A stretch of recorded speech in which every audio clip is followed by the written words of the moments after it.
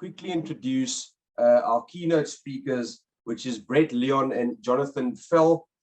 Brett is actually the MD and owner of Lew Geffen Sotheby's International. And Jonathan, I know he specializes in Cape Town city center with quite a substantial amount of sales last year. Guys, welcome this evening. It's great to have you. Thank you very much. Awesome, guys. So I think to start off, maybe if you can just tell us a little bit about yourselves, and then over to you. I think you'll be sharing your own presentation, right? Yes, yeah. Brett, go for it, yeah. Yeah, sure. So, Jade, thank you very much for having us on here. Much appreciated, and we look forward to Jonathan presenting his presentation on obviously our developments, especially in the city centre regarding One Tarbolt. And sorry if my video is a bit skew. It's just I'm on my phone doing Zoom. The weather in Cape Town is quite bad at the moment. So a little introduction about myself. My name is Brett. I'm the managing director and owner of Lew Geffen Sotheby's Atlantic Seaboard and City Bowl. My background is in financial accounting. I worked for 10 years with a property fund called Edge Properties, which is quite large in Joburg, where we had a 2 billion rand property development fund. And now Sotheby's came along and started the property brokerage business and do my own development as well. Especially I specialize in sectional title developments and also industrial properties. And we're busy with our own development of 20 units in Cape Town, in Greenpoint. And that's a development cost build of 50 million rand. And we've sold out predominantly in that development. So yeah, that's why I specialize in. With property brokering and running an agency. And that's pretty much about myself. And obviously, I want everyone to hear about Jonathan Fell and on One Tarbolt and our developments, or we market developments on behalf of other large developers. And you couldn't speak to anyone better than Jonathan himself, and selling and marketing, especially developments which are converted from commercial space into residential. So enough about me, and I'll hand it over to Jonathan. Thank you so much, Brett. Thank you so much, Jade. And thank you for having us both here this evening. So I hope my video is a little bit better. I'm sitting here at the penthouse of the Radisson Blu, an incredibly successful commercial to residential redevelopment, which took place between the years 2015 to 2017 by John Raby and the Signature Property Group. We're lucky to be working on this penthouse at the moment. It's one of our luxury listings. So I'm just going to share my screen now and jump straight into our presentation, which we have. Here we go. Okay, so I'm just going to go through this presentation reasonably quickly, just so we can discuss it. I haven't put a bulk of the details and information in the presentation. It's just some slides, some pictures, some bullet points.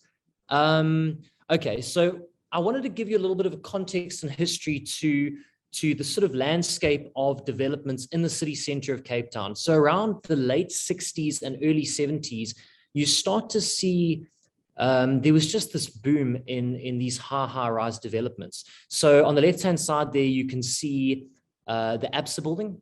That was a 34-story. It was actually at the time the largest in the world steel subframe construction building that had ever gone up.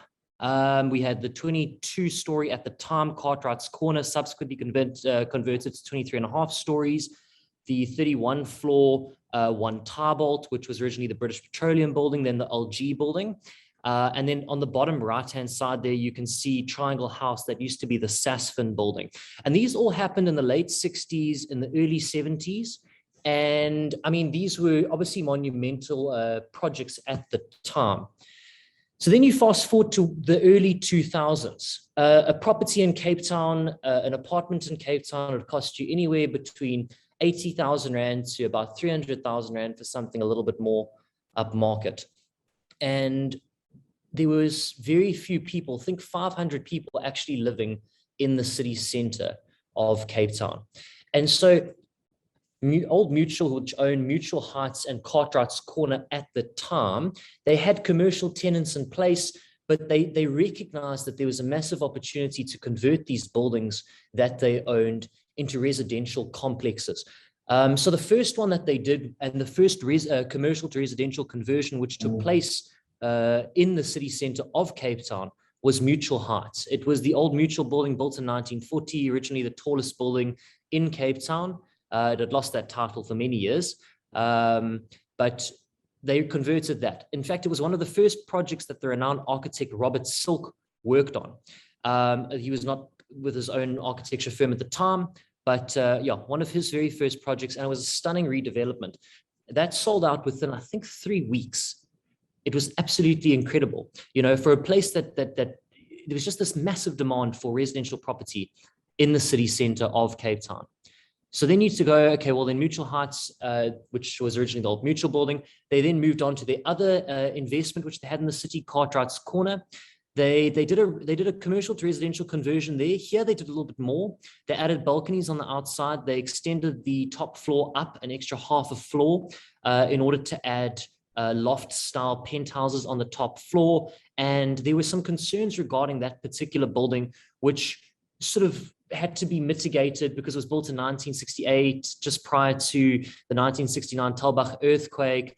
So it wasn't necessarily going to be compliant with, these are all things that need to be considered with these massive commercial to residential redevelopment conversions.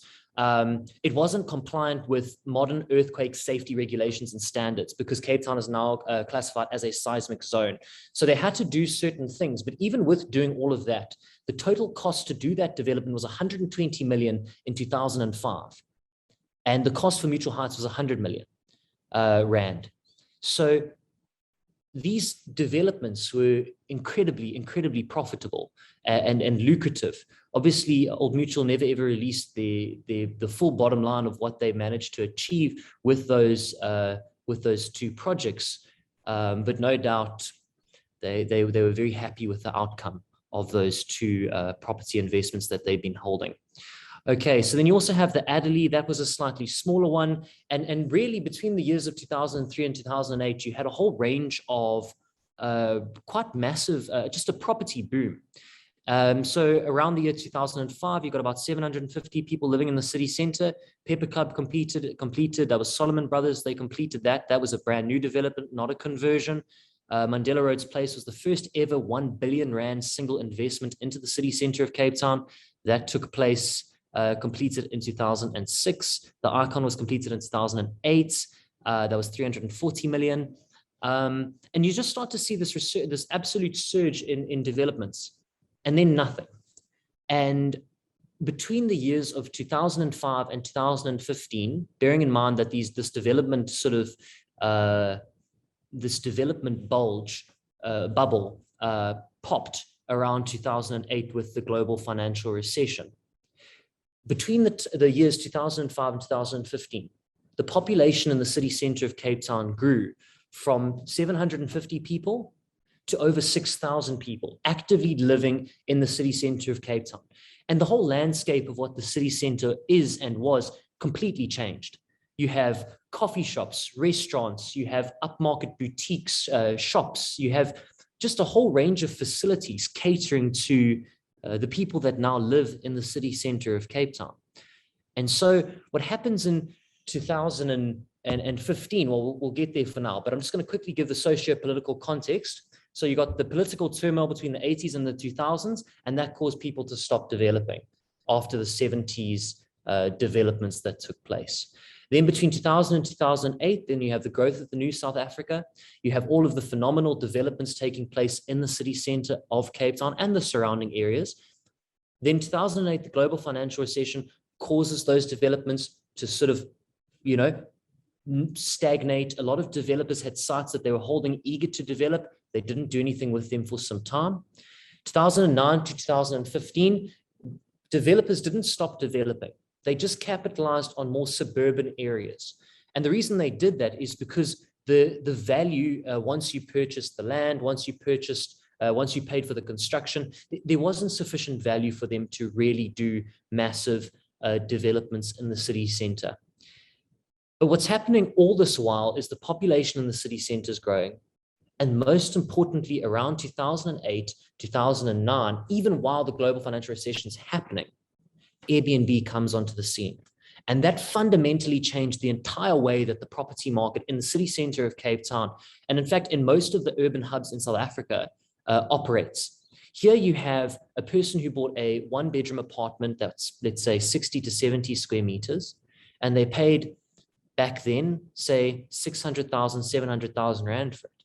Yet they're able to operate it like a hotel room and make close to 20,000 Rand on that property, which was some of the insane returns that we've seen in the beginning. And this was a time, 2010, 2011, it seemed as if we were a bulletproof property market. As the rest of the country struggled, Cape Town seemed to be just doing exceptionally well, especially in areas like the city center.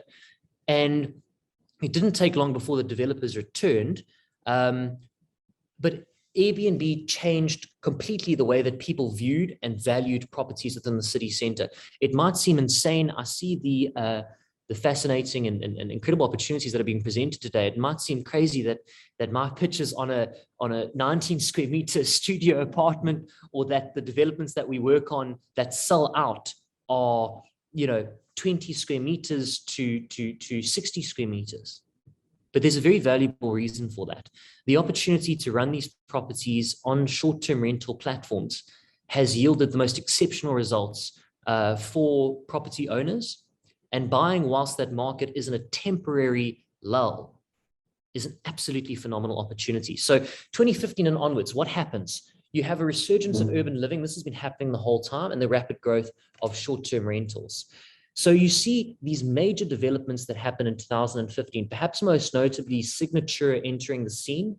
They, in 2015, did the second R1 billion investment. That is the Radisson Blu, the apartment block I'm lucky enough to be sitting in right now. They did that. It's a 23-story development. The first 11 floors are a hotel, the Radisson Blu. It was one of the first international hotels to collaborate on a development with South African developer. And they then subsequently moved on in a very short space of time, redeveloping. This was the Sasfin building. They then went on to redevelop the Nedbank building. And then at the same time, you have Rob Stefanuto and the gentleman who used to own Dogon, used to also own Sotheby's. He was involved with the Sentinel. So there were those three new developments. And presently going on, you have the 16 on Bree new development, one Tarbolt redevelopment, Foreshore Place redevelopment, and Harbour Arch new development. So that's what's happening in the city, Cape Town city today. We are marketing all of those. We currently have mandates on everything that you see on the screen. Those are all of the major R1 billion plus developments which have happened in the city center. We're very engaged with all of them. So I think perhaps what you need to then take into account is, yes, we have this phenomenal opportunity in Cape Town where the property market has grown. If you bought a property, let's say back in 2000 for 100,000 Rand, it would be worth in excess of 10 times to 15 times the value that you'd paid for it. So you see an exponential capital growth. You also then would have seen an exponential growth in the potential rental returns which you could achieve, largely due to short-term rentals. Okay. Nonetheless, the market has dipped. It has declined. COVID, such an extreme market with such extreme highs, similar to a stock market, functions with extreme lows. Those returns from Airbnb, because of the drought and because of COVID, went away. Subsequently, we have an average of 38% on residential properties owned in the city center of Cape Town. The average sales price is 38% less. And developers have once again reached a point where they are struggling to profitably develop. That said, where this topic comes in this evening, where we discuss commercial to residential redevelopments, it comes in because the most effective way to develop in a market that even though it's supposedly, at a down, it's still so much higher than it was in 2005 when there was the boom, so much higher than it was in 2015 where there was the resurgence. And in fact, it's pretty similar in terms of pricing to 2015. So how are developers combating the challenging exchange rate which we face? How are they combating the lower prices that are being demanded by consumers due to the declining property market, which is largely due to the short-term rental returns going away?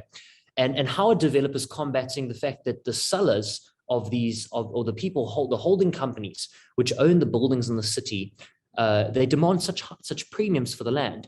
In Cape Town, it wouldn't be unusual or unreasonable for you to buy a completely stripped building for 10,000 Rand per square meter, which is crazy because I used to work in Durban. I used to work in real estate in Durban about 4 years ago. And the market there, that was what you'd pay for a fully finished, ready to go flat. In fact, I owned a property that was 10,000 Rand a square meter. It was fully renovated, everything, very, very comfortable. So the developers are faced with the challenge, and I suppose us as, or Sapin and the members here are faced with the challenge of how do we develop on a macro scale when you start to enter the realm of raising hundreds of millions of rands worth of funding. How do we actually develop profitably? And the old hands in the game, Harriet Reid, who we collaborated with and who I consulted with on Tarbolt, they are turning once again to redevelopments, especially in a city like Cape Town, where commercial space is not as in demand as it used to be. And in a space like Cape Town, where residential space in these areas is incredibly, is in high demand, how have they changed to cater to consumer demand and sell these properties at profitable pricing? So what you have here, sorry, going on to the next slide there. What you have here is the work which we did on One Tarbolt. So we had an investor, not unlike the people who I believe we're speaking with this evening. The investor invested, it was just over R500 million to acquiring the commercial building known as One Tarbolt. It had been the Standard Bank building at the time. And they sent us some plans and they sent us some schematics for what they proposed they did with the development. And we liaised very closely with them. And these are some of the initial raw drafts. If you go onto the website, you'll see that this is no longer, it's slightly altered and obviously cleaned up. This is just myself doing a rough sketch on the left-hand side. On the right-hand side is a professional render. On the left-hand side is a rough sketch of what we said to them we can sell, and we can sell in bulk. And the key, yeah. My apologies for interrupting it. I see a notice at the top of your screen. Your laptop's going to die soon. Just a second. I don't think that should be too much of a problem. Why don't you just plug that in for me? Thanks so much. Okay. Cool. I appreciate that, Jade. Not a problem. Thank you very much. I'm just going to move it back so it can reach the plug point. Can you guys hear me okay? Jade, can you hear me okay? Yep, that's fine. Just a second. Here we go. Okay. Fantastic. Going straight back in here. Let me just quickly, this is in the way. All right, are we fine with this here? Is it okay if I leave it like this? I've just got this in the way. There we go. Yeah, we can see that.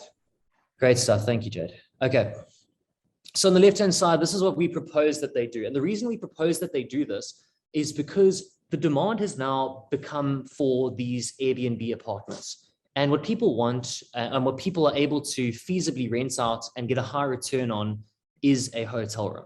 And whilst it might seem insane that people are purchasing these 19 square, 18 square meter apartments just en masse, well, in part, the success has been due to 12J. Once again, that window has ended, or at least it will end in the next 3 hours.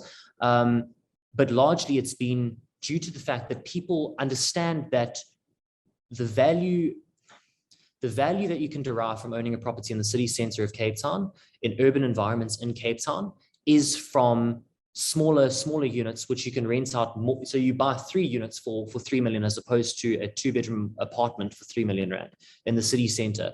And you get the most incredible return because you're effectively running a hotel business from those apartments.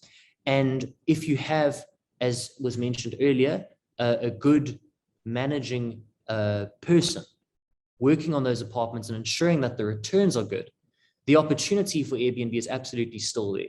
And the fact that you can buy it during COVID, where you're paying as if Airbnb isn't happening anymore, you're paying as if you're buying it for the long-term rental returns. That is what we capitalized on. We understood that we had to develop a property and a product which we could sell today to the consumer that is going to want to own it for the future. Case in point, I do own one of these, I have purchased one of these properties here in Tarbolt. I truly do believe in the business model and the concept.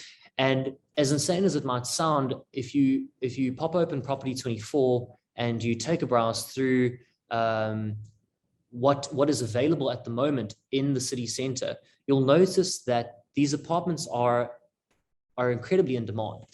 So I think an interesting thing to discuss when you talk about these commercial to residential redevelopments is what is the opportunity for us as people who perhaps don't have billions of rands to do these major developments? Well, the opportunity is very simply the fact, if you look around Cape Town, if you take a drive through Cape Town, if you go on Lightstone or CMA and have a look at all of the buildings in and around Cape Town, we're currently consulting on 3 significantly smaller commercial to residential redevelopment projects.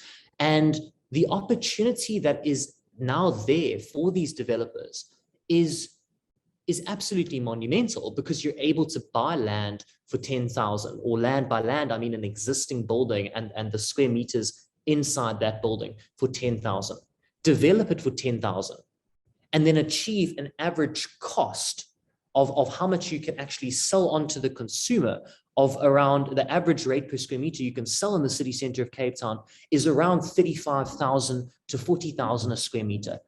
Tarbolt is selling presently, I think the average rate per square meter is 44,000. Stand to be corrected on that. I think it was 44,200 and something. We're managing to achieve that, and we are now 60% sold out, 65% sold out as of today, thanks to 12J.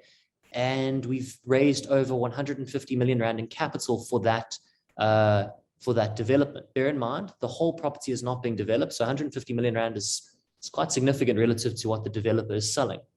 And it's interesting to see, because Harriet Reid is not only selling these properties, they're also holding on to floors 21 through 28. They're holding on to a good 500 apartments, the exact same style as what you see. These plans were slightly amended for the final product, but they're the exact same style of what you see over here, especially with the micros, the 2 beds with the 1 beds. Okay, so you start to see that not only are major developers developing these properties profitably, they are also holding these properties because they understand the value of or the reality of what's to come in the future. So what is to come in the future, and why is it worthwhile potentially looking into purchasing commercial buildings, of which Sotheby's has numerous available for interest's sake?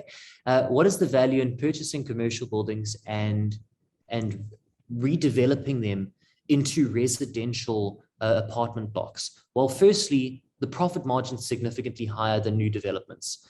Secondly, the ability to charge a slightly or a significantly higher rate per square meter for these micro apartments is, well, it's absolutely massive, because properties in Cape Town city centre simply don't sell frequently, especially not residential ones, for very far under R1 million. You can profitably sell a property at 40,000 rand a square meter for 800,000 rand. As long as it is an 18, 19, under 20 square meter property. So the opportunity is there to truly capitalize on the basic economics of what you can buy something for, what it costs to renovate it for, and then subsequently what it costs to sell for. It's a wider margin than is required by, you know, your traditional banks in order to offer funding, and it's a margin that these developers are taking advantage of. Forshall Place, One Tarbolt, Radisson Blue, all of these are very keen and clear examples. So why are these developers doing this? Not only developing them, but also holding on to these properties. Well, I believe it's because they have a keen eye to the future, and the future of urban living in the city center is that you have, during COVID even, 14% of people are migrating from urban environments, suburban environments, and 10% are migrating to urban environments. And you ask, why is that? Well, people want to be closer to, they want to be close to the center of the action. They want to be closer to other people. They want to be closer to business opportunities. A lot of people are independent contractors. A lot of people are traveling and working remotely. So the future, as was very interestingly outlined in a keynote done by the owner of, I think the founder of Airbnb, as he talked about what they were going to be doing in 2021 and going towards the future. He outlined that their long-term vision and what they were starting to see, their analytics were showing them that people were starting to live on Airbnb. People were starting to live remotely. They were starting to book short stays for longer periods because they were traveling to Cape Town and working remotely from Cape Town. And when they worked here, interestingly put by Rob Stefanuto, when the Foreshore Place development was released, he was at the time still one of the directors at Dogon. He stated that the reason we're going and structuring these apartments in the sizes that we're structuring them in is that the next generation isn't seeing their homes as a space to entertain. It's seeing their homes as a space to sleep, recharge, and then they go back out into the city. They go out to the communal areas and they bring their friends over to the pool in the block that they live in. They bring them over to the conference center. They can have business meetings in the business lounges that these apartment blocks have.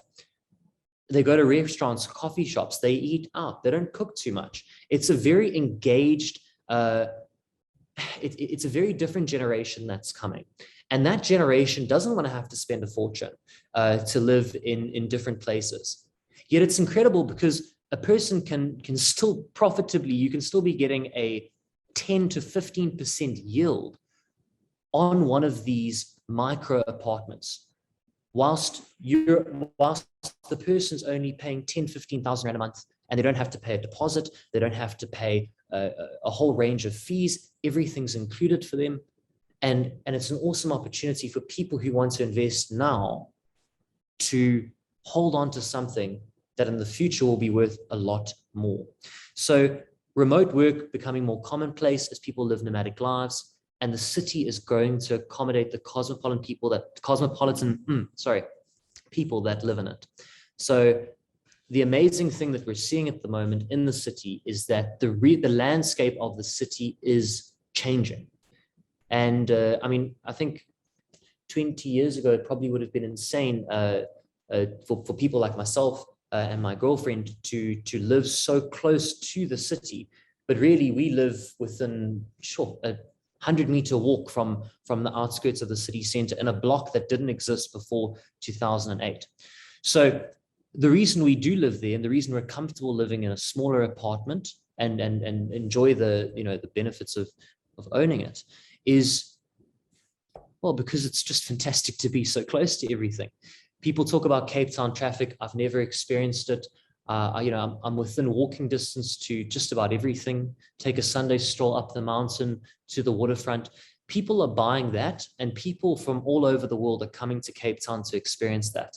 So the reason why, these properties are selling, to the tune of hundreds and hundreds of millions of rands is because of the long-term benefit that is Cape Town, and because of the opportunity to capitalize on a down market in a product that you cannot buy, that it doesn't exist already. You can't buy 20 square apartments in the city center of Cape Town. They're only being created now. There's very few exceptions to that. But by and large, if you would like to buy something under R1 million, and you would like to purchase something that is ideally geared towards the future of living and the future of, well, the way that people are going to be engaging with the city, there simply doesn't exist anything that's already developed. You can't go and buy stuff, certainly not something that's as beautiful as these new developments that actually offers a livable space and lifestyle where you can go downstairs to the pool, go to the gym, go to the co-working space, and have parking on tap like a Tarbolt, where you can just rent as many as you would please. So I think that's the reason why this is what's happening en masse with developments in the city center of Cape Town. I've mentioned some of the bigger developments. I've also alluded just in passing to some of the smaller projects which we are presently working on, and we really do love engaging with people and helping them to find profitable ways to redevelop space. And we did. It was very interesting to engage with Tarbolt, and it certainly was the largest project which I myself have been the consultant on. But we are definitely active with many other developers, including FWJK. Brett's a shareholder there at Edge Properties as well. So we're very engaged with them. We absolutely love our developments, and we understand how to help people extract value from them, especially when they're in these urban environments. So that's my presentation. That's it from me. I'm looking forward to the question and answer session. I didn't time myself. I must apologize if I ran over. But yeah, I'm going to stop sharing my screen now. Cool. Jonathan, thank you so much. That was super, super informative. I can see why you're a specialist in the city center there. So that is awesome. Thanks for joining us, Jonathan. And thank you to you, Brett.